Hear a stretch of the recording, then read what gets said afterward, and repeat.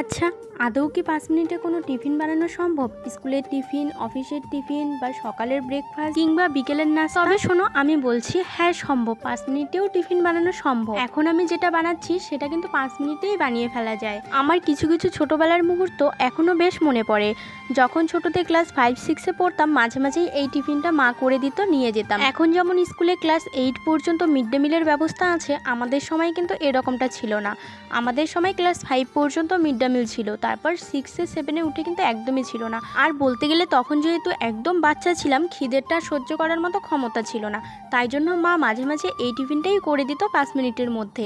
কোনো কিছুই নয়, শুধুমাত্র 1 প্যাকেট পাউরুটি নিয়ে আসতো, 2টো ডিম নিয়ে আসতো, ডিমের মধ্যে লবণ দিয়ে ডিমটাকে ভালো করে ফেটিয়ে পাউরুটিটাকে চুবিয়ে চুবিয়ে তেলের মধ্যে ভেজে দিত, বাস ডিম টোস্ট রেডি। এত টেস্ট খেতে এটা, আজকে অনেক দিন পর খেলাম, আমার অসম্ভব ভালো লেগেছিল। আর তোমরা কারা কারা আমার মতো ডিম টোস্ট